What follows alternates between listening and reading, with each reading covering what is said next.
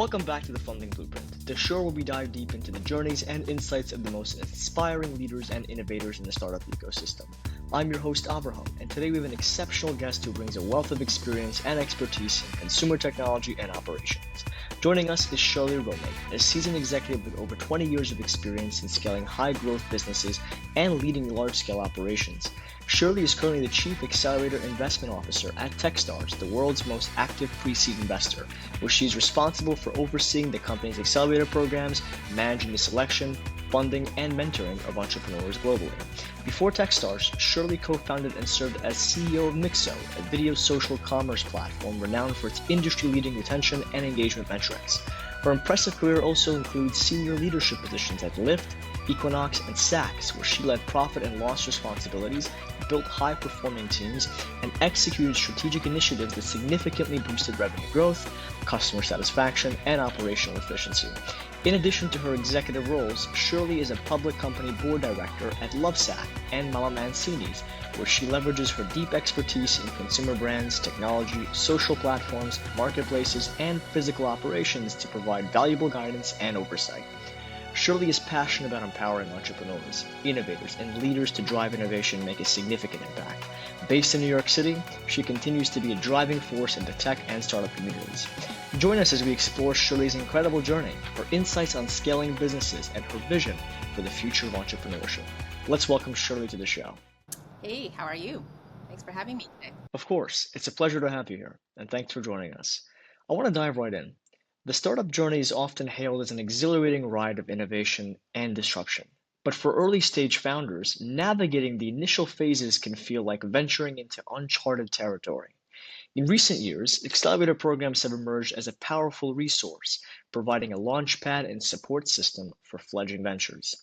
Shirley, with your experience on both sides of the table, as a founder and now as an investor with Techstars, what is the value proposition of accelerator programs, and why are they becoming increasingly popular? And what specific benefits do they offer that can help early stage founders accelerate their businesses? Yeah, thank you, Abraham, for the question. And I'm speaking on behalf of founder hat on now. As a founder, there are a bazillion things going on in a founder's head, and it's hard to prioritize. And everyone will say, and it's very true, a very lonely journey. And so accelerators do exactly that, right? They are a vehicle for you to give yourself the most unfair advantage as a founder as much as possible to be able to, quote unquote, accelerate your business.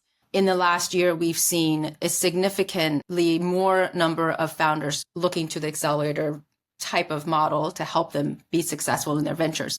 In fact, our applications doubled in 2023, and for obvious reasons, right? In the tech industry right now, there's a lot of companies that are unfortunately shedding employees, and the employees themselves are we still live in a time of innovation, thinking that, hey, we can do this ourselves, right? And it's much easier to be a founder today. And I think that, particularly in our model, what we do is we connect our founders to so many resources and so many people.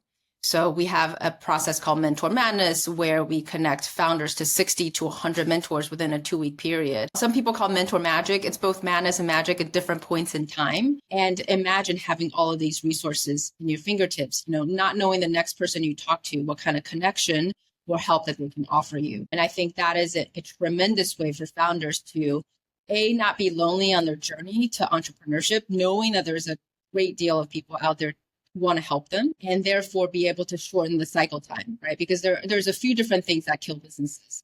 Time is certainly one of them, and you want to be able to shorten your cycle time to iterate, to make progress in your startups, and accelerators help you do that. The world of startup accelerators can feel overwhelming. There are programs focused on everything from fintech to social impact, each promising to propel your venture to new heights. But with so many options, choosing the right accelerator can feel like finding a needle in a haystack. Shirley, with your experience at Techstars, can you offer some guidance to founders on selecting the perfect accelerator program? And what are some factors that should be prioritized to ensure the program aligns with their specific needs and goals? Is it industry focus, mentorship expertise, or something else entirely?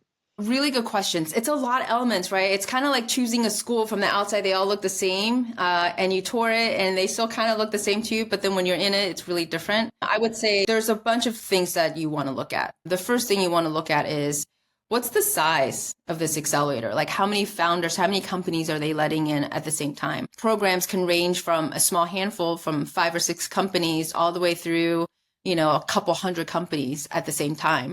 And you have to figure out, do you thrive in a environment with much smaller, a smaller class size approach? So we have a small class size approach. We have 12 companies that can come in at the same time. I would also look at what kind of mentorship network do they have, right? I think most accelerators now talk about the mentorship network and the networks in general, but I would ask a lot of questions around, hey, for my company specifically, what type of mentors do you have? At the same time, I would say, also look at the quality of the track records, right? So Techstars has been around for 17 years. We have 4,200 companies now in our portfolio.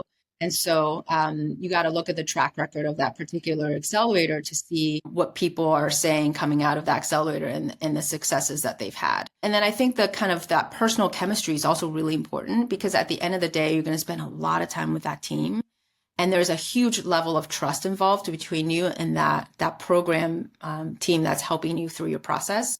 As a startup founder, there are many, many, many moments of vulnerability. And in fact, we encourage that in a program, because as a startup founder, you have to be so brave in front of your company, like everybody else, right? Everything's great, right? But then you are carrying on the burden of all the stress of fundraising, looking at your business model, looking at trying to get customers. And so startup accelerator teams are there for you to be vulnerable with. And you have to see if there's like a personal chemistry. Is the team in front of you the ones that you can do that with? So those are the elements I would look at. So there has to be some type of personal connection that's established with the actual accelerator in order for it to succeed. Let's kind of shift gears for a second. The competition for slots in top accelerator programs can be fierce. Founders pour their heart and soul into their ventures, but getting noticed amidst the sea of hopeful applicants can be a challenge. Shirley, you've undoubtedly seen thousands of applications at Techstars. What advice can you give founders on crafting a compelling application and interview that will make them stand out from the crowd? And how can they really effectively showcase their unique value proposition and convince the accelerator they're the perfect fit to join their program? Yeah. I mean, I'll answer that question by first caveating where we are in the funding process, let's say. We are pre-seed, so we look at companies that are super, super early. So sometimes pre-product, definitely pre-revenue oftentimes. And it may be a real budding business where it's like 2 people just getting together, starting to put things on paper. So obviously we have some later stage companies as well, but generally we invest really early. I say that because what we look at that stage when it's so early is really on the team. And so I think there's a few different things that can really help companies stand out. Of course, there is what the industry is and what particular problems you're solving for. But that's actually not the most important thing, because we know that most companies that come in will pivot at some point, right? Whether it's a small pivot or it's a really big one, right? Because it's so early, and because our process demands that they really interrogate their idea. And so oftentimes, if the process works, they pivot. So we care slightly less about product in market, but we care very much about the founding team and the founders. In fact, one of the things that we say when we're looking to, in our screening committees, and we vote on whether or not we like the companies, is, team.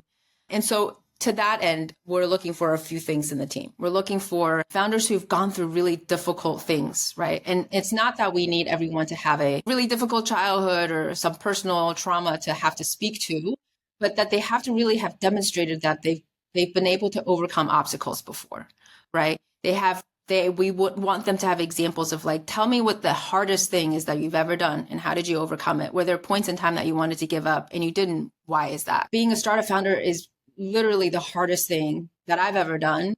And it's probably the hardest thing many people will do. And so we need to know that the founders that we let in have the mental and physical and spiritual resilience to keep on going when times will get tough. So that's one thing. I think another thing is being able to demonstrate real thoughtfulness about the reason why they're building something and what they're building. we're going to ask a lot of questions about the business, and nobody has the right answer, right? Because this is a whole process of exploration. The whole accelerator process is in part an exploration on the business that you're building. But we want to know that you've actually thought deeply about it. And one way to demonstrate how you've thought deeply about it is not to appear like, hey, I'm super confident. I think founders are coached to say you got to be really confident. And we want that. Like, there is a sense of confidence that is attractive. But that sense of confidence has to come from somebody who truly understands and have done research and know exactly what they're talking about. And to show the humility of like, hey, I actually don't know that. Let me do more research. That's a really important point to demonstrate, is that the sense of coachability, right? Because the entire accelerator process is about companies coming in, going through a learning process and being able to absorb the material and the advice abound in an accelerator.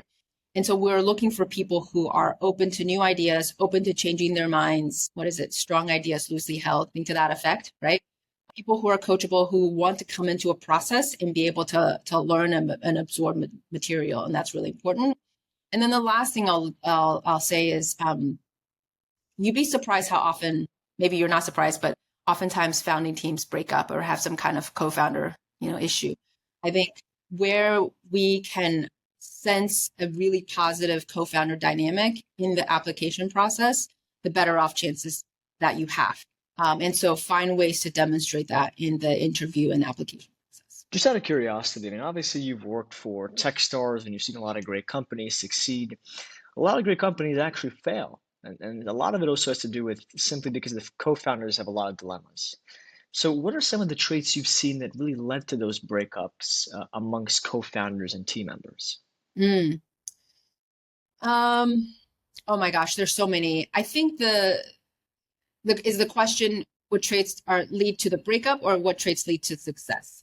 To the breakup. To the breakup. I mean, there are things as practical as disagreeing on the strategic direction of the company. There are more personal things around, hey, you just have different working styles, right?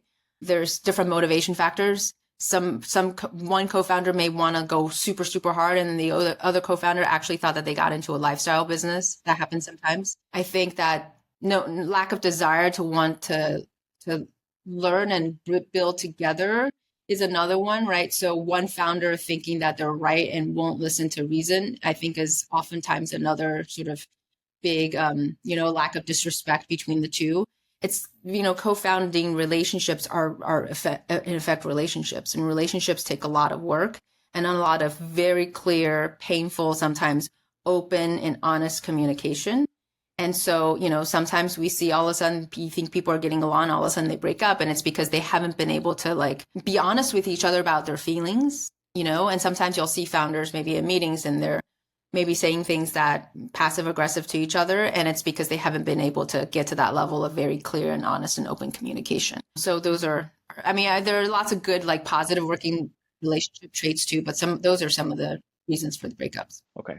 Right. Even to add on to your point, I think obviously it's like a marriage, if you really think about it. That's what it is, because you're working with that person for a while. I mean, growing out the company, doing a lot of market research, building your MVP, raising rounds, building a successful product, having a team that you could work with. So I think the core values just really have to align. There has to be a vetting process before to find the right co-founder, whether it's a technical individual, whether it's an individual that has a background in development or finance. So the actual core values have to align prior to them actually diving deep and building everything out. And then only at the end to realize that relationship didn't really work out. So to your point, I think that is really, really crucial and vital. So picture this, right? The acceptance letter arrives and the excitement is electric. But for founders, acceptance into a prestige accelerator program is just the beginning. The real work lies in leveraging the program's resources to propel their venture forward. Shirley, having witnessed countless founders navigate accelerator programs, what advice can you offer to ensure they make the most of this incredible opportunity? And how can they really effectively utilize the mentorship, workshops, network, and other resources offered by accelerators to maximize their growth and learning during the program? Yeah. So, we call our accelerators boot camps, and it's a boot camp for a reason. It is 13 weeks of grueling work, and oftentimes we have to remind ourselves, hey, these founders are actually still running a business at the same time.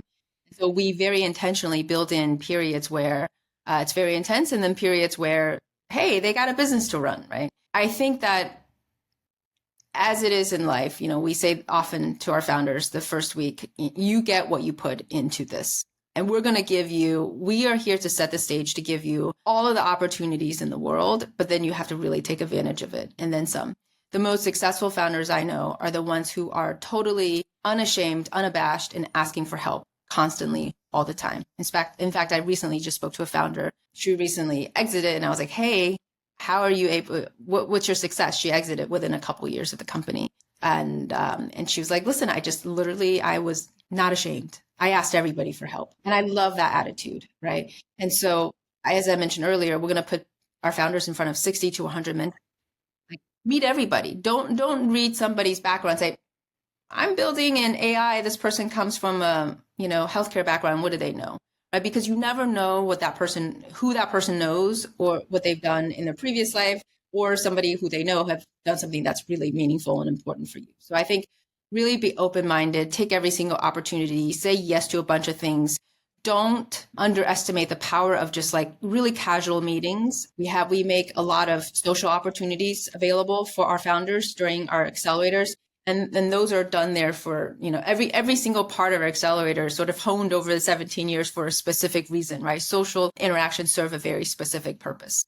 And so I would say, take advantage of every opportunity and then don't stop asking for opportunities after the accelerator, right? We spend a lot of time we say Techstars for life, right? So we spend a lot of time with our founders after the program because that's kind of like where the real work really begins. That's when they start fundraising. That's when they've pivoted and now they're on this new path. And so don't stop asking for help. But then I would also say be specific about what you're asking for. Everybody that they're going to be reaching out to are busy. They're busy. And I know that everyone that I've encountered are really open to helping. In fact, one of our core values is give first, right? We give without the expectation of expecting something back, just knowing that at some point in the future, karma will take care of itself. But where I've seen the most effective use of our program are when people are very specific about the ask. Hey, can you please connect me to this particular buyer and an insurance company? Then if I don't know somebody, I can say, hey, let me go ask these people for this specific type of title.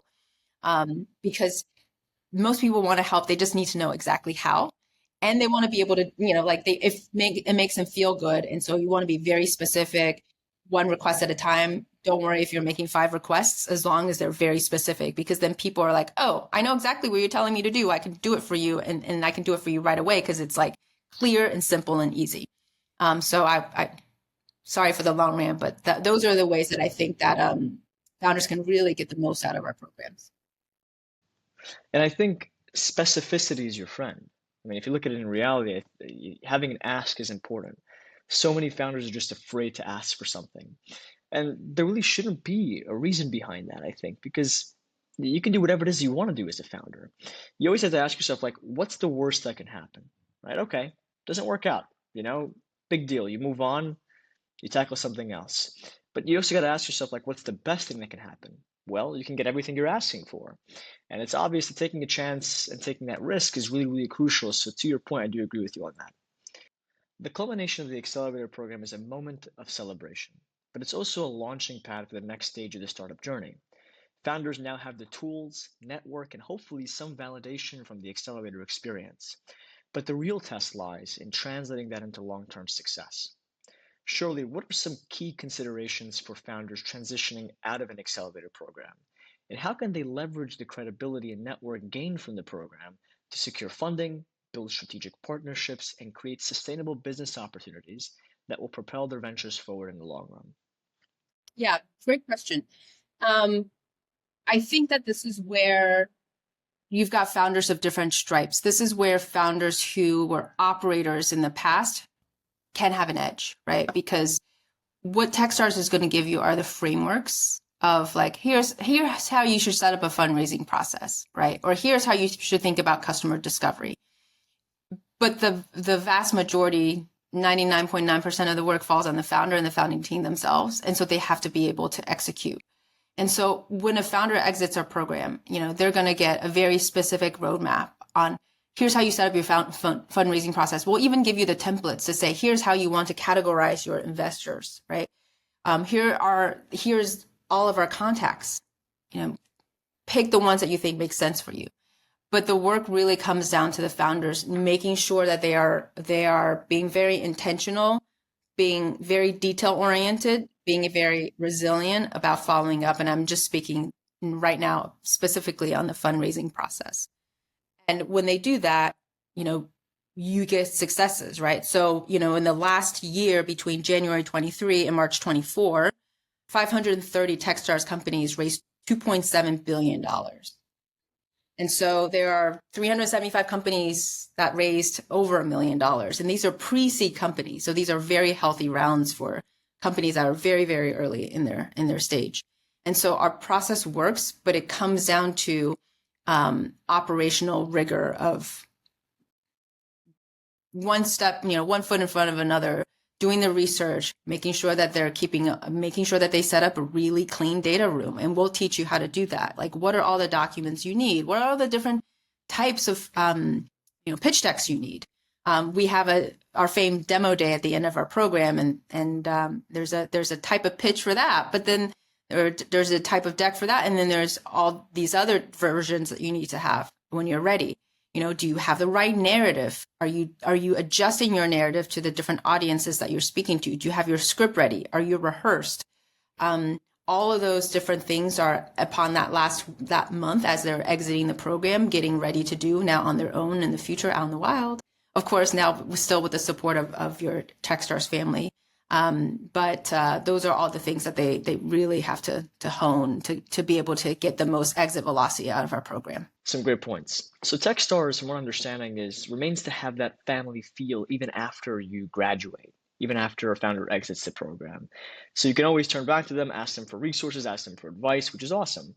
Many accelerators offer that, many don't, surprisingly. And I've actually spoken with a lot of accelerators, and when founders graduate, they just leave founders to fend for themselves. And I don't really believe in that approach or that mentality. I think it's important to still have that some type of background, but still to also have some type of support system from your friends and family. In essence, because this is a family, if you really think about it. Yeah. I mean, we have a saying at Techstars called Techstars for Life. And so we have 3 ways. They can stay close to their accelerator team. So their managing directors, their program managers, that's clearly one way. That's the strongest relationship they build. We have a team called Portfolio Services that offer all kinds of services post-program. And then, of course, all of their peer colleagues. And then we have systems, and we have a Discord community, a huge one for all the founders to continuously stay engaged. As we conclude today's episode, we want to extend our sincere gratitude to our guest, Shirley Romig, for sharing her valuable insights about the exciting world of startup accelerators and how they can propel your early stage venture to new heights. If you enjoyed this episode, be sure to subscribe to our podcast for more thought-provoking conversations with industry experts like Shirley. For our listeners interested in learning more about Shirley and Techstars, we'll have their links to their website and social media in the show notes. Thank you for tuning in, and until next time.